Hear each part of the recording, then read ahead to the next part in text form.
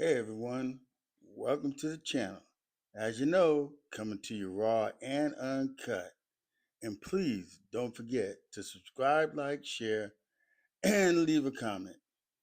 All right, Raw tonight was kind of interesting. I mean, was it a good show?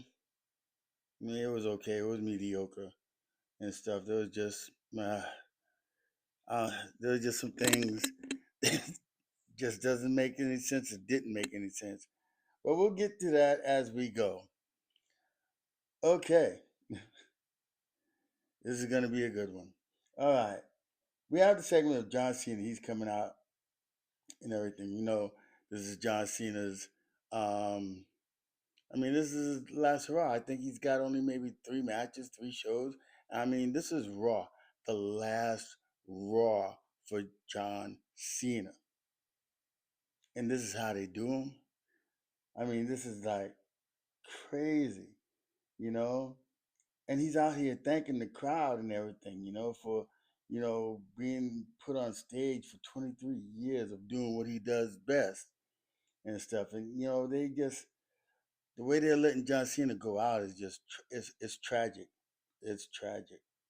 I don't like it. I don't think a lot of other people like it either. You know, um, but he never get to say anything. He hasn't said anything through the when he came out, just to thank the crowd and stuff. And then Dominic Mysterio comes out, and you know, just like last week, interrupting John Cena, and then Dom was talking about he wants a rematch, with John, for the Intercontinental, title and stuff like that. And John's, he's up for it and stuff, and he said, hey, let's do it now, and then Dom says no, he don't want to do it now and everything. He wants to do it on not on John's terms, but on his terms and stuff, So he says, for Survivor Series, for that match and everything. And then as it's talking, Finn Balor and JD McDonough come out, and then they start attacking John Cena. And then Shamus comes out and everything to help John Cena, fight against the Judgment Day. And then the Judgment Day ends up getting a little upper hand on Sheamus, and then out comes Rey Mysterio. And then, they have a little battle. Then all of a sudden it, put into a 6-man tag, match and stuff, So the match went on. Um, it was okay and stuff, but we're talking John Cena's last day, his last time in New York City and stuff, and the last time on Raw, and he's in a 6-man tag. Come on, for real? But anyway, for the most part of it, they did win the match, and yeah, what a shame, what a shame. Mm-mm-mm. I mean, I don't understand. And then we get, Nick Aldis and Adam Pearce talking. Then Paul Heyman comes in, and Paul Heyman hands, you know, um, Adam Pearce a folder, which I believe, has some type of contract in there. I guess it has to do something with Drew McIntyre or somebody else, coming out, as far as joining the Vision and stuff at War Games and stuff. So we have that. And then we have the little thing with, Stephanie back here and Nikki Bella, when, they're talking about when, then as Stephanie comes out, she's going to do an interview with Jackie Redmond. And as she's standing there, Nikki Bella comes out and she attacks, Stephanie Valkyrie. And then she's telling her that she's going to, take back the division that she never lost and stuff like that. And that she challenges Stephanie for, the women's title and everything. And I'm sure this is going to be at Survivor Series also and stuff. So we have that. Um, and then we got the Kabuki Warriors, asking, trying to get Bailey to come over and try to join them on the side, as far as the War Games is concerned, and Bailey tells them no and stuff. So they're looking for a fifth member also. on that side with Lash Legend and Nia Jax with the Kabuki Warriors. All right, and then we have the match with Solo Sokoa and Dolph Ziggler, and it's surprising to see Dolph Ziggler back and everything. I was like, oh, okay, Dolph is back, okay, because that was just surprise opponent for Solo Sokoa and everything in the tournament. John Cena is having and stuff. The match was it was all right. I didn't like the fact that you bring Dolph Ziggler back and everything, and then he loses on coming back. I know he's not signed with the company because I think he's still over there, maybe doing some stuff with TNA, still. But ultimately, you know, um, so Sokoa spikes him and wins the match and stuff. So Dolph Ziggler basically came here to job out. But anyway, then we got the promo with Alexa Bliss, and she's saying, things about Charlotte Flair, more or less that she was shocked and everything, and that Charlotte, is considered to her as her best friend and stuff. And then you got the Kabuki Warriors coming out, and Lash Legend and Nia Jax come out, and they come out, they approach the ring and stuff, and then when they're at the ring trying to surround the ring, then Io Sky and Rhea Ripley, they come out and stuff, and then they get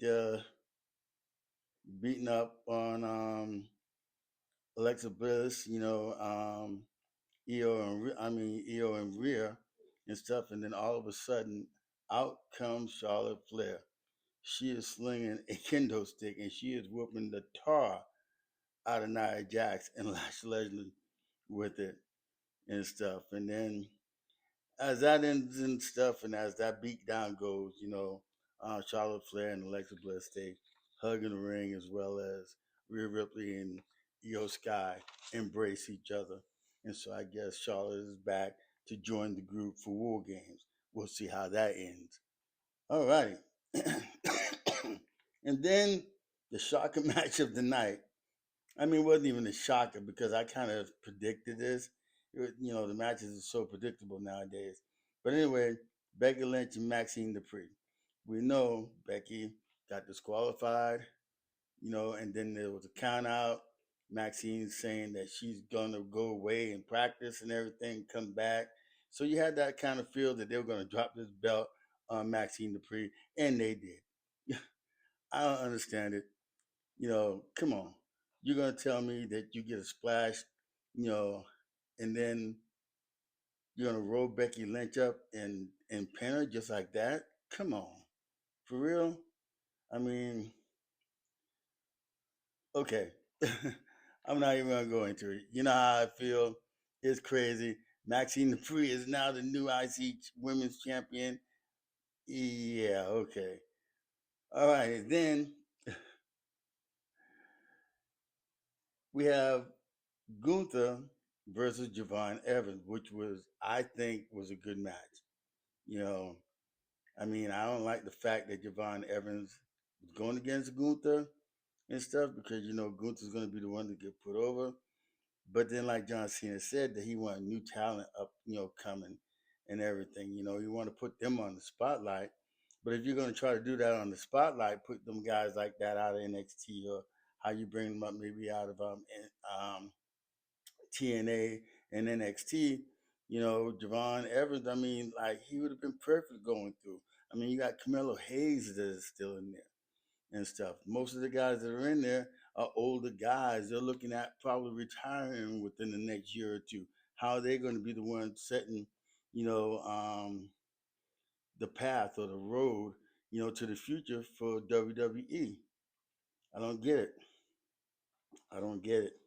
And if it's Gunther, I'll be lost. But anyway, please don't forget to subscribe, like, share, leave a comment. Let me know how you're feeling. Tell me if you agree or not. I mean, talk to me. Man, I'm trying to get it going. I'm trying to get it better. And then we have Maxine Dupree and AJ Lee back there. Maxine's, saying, hey, thank you and stuff like that and all that. And then Rhea shows up and she pulls AJ aside and stuff. So they're talking and stuff. So I'm more or less thinking that she's asking AJ Lee, to join them as far as War Games is concerned. And if that's the case, then I think maybe Becky Lynch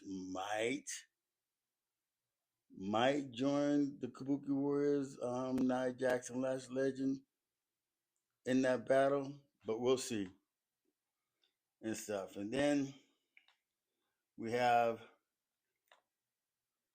supposed to be a segment, supposed to be a face off and everything with, CM Punk, Jimmy and Jay Uso, and Cody Rhodes facing, the Vision, Braun Breaker, Bronson Reed, Paul Logan, and Drew McIntyre. So you know how that goes. They, come out. CM Punk comes out first, and then Division come out. Well, they're already out there and stuff, and Jimmy tries to come out, and he's gonna approach the ring, and as he's approaching the ring, Jimmy and Jey Uso come out and stuff, and then Cody comes out and everything, and then all of a sudden, these guys started going bang, bang, bang, started back and forth, and all of a sudden, here comes Brock Lesnar. Brock Lesnar comes out. He comes down to the ring and stuff, and they're brawling. I mean, Brock doing what he does best, and everything. And then all of a sudden, Roman Reigns, the OTC, he comes out, and then they battle. they battle, and then Roman Reigns ends up hitting Brock Lesnar with a Superman punch. Brock Lesnar leaves the ring. You know, the supposed to be NYC police come out and everything to try to break everything up, and that was the end of the show. So that was it for that show, and I mean, it was like, oh my god. But I tell you, it is what it is. I mean, we all know that we're not getting good storylines. We all know that the shows are really not making any sense. Nobody's being brought up. Younger talent isn't being brought up, to showcase what they can do. I mean, if Javon Evans put on the show like he did in Madison Square Garden, the way that he just did, come on now. But anyway, all right. Thank you for watching. Please don't forget to subscribe, like, share, and leave a comment. Let me know how you're feeling. Again, thank you for watching. God bless, deuces, and I'll see you on the next video. Thank you.